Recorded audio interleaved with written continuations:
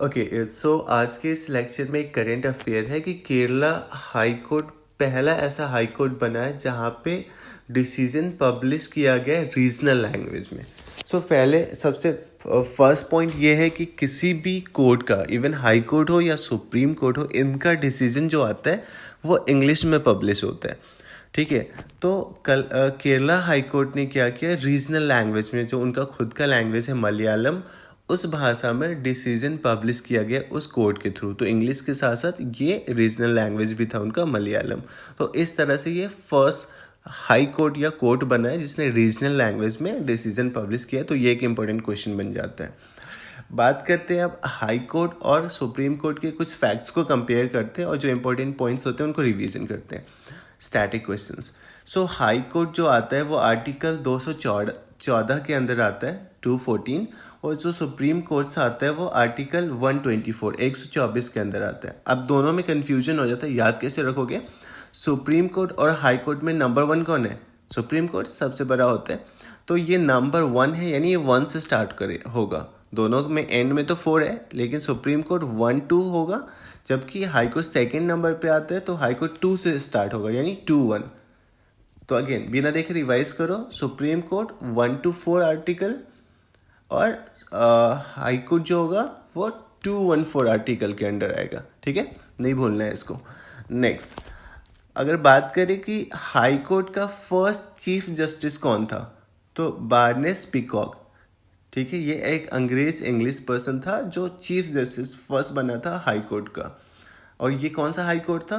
तो Calcutta high court. India का सबसे पहला high court Calcutta high court ही था, जिसका फर्स्ट जज था बार्नेस पीकॉक।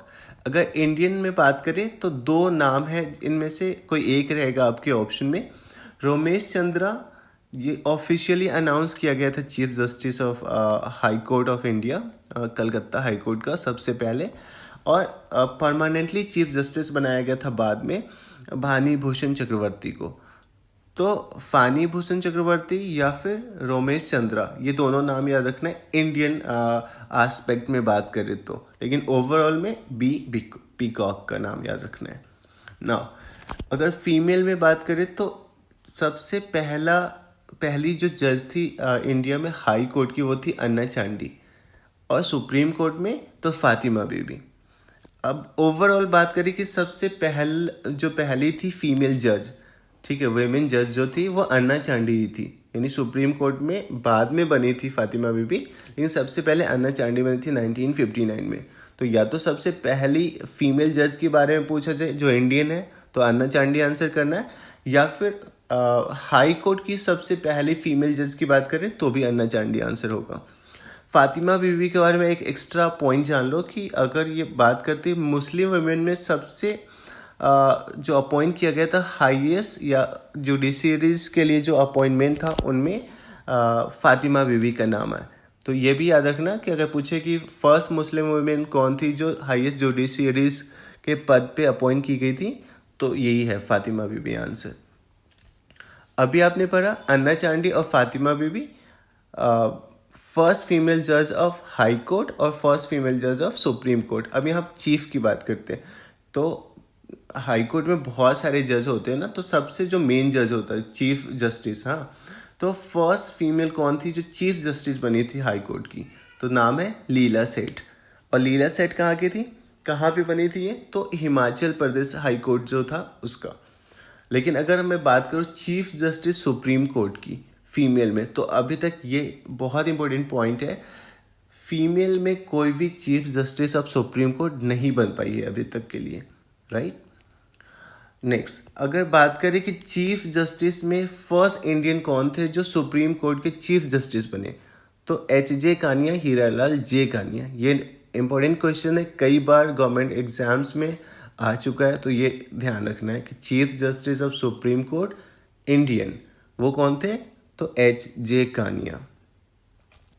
अब एक बेसिक कंपेयर करते हैं कि जो ओथ होता है, जो शपथ होता है सुप्रीम कोर्ट के जज का और हाई कोर्ट के जज का, तो सुप्रीम कोर्ट के जज का जो शपथ होता है वो प्रेसिडेंट दिलाते हैं, जबकि हाई कोर्ट के जज का जो शपथ होता है वो उस स्टेट का गवर्नर दिलाते हैं।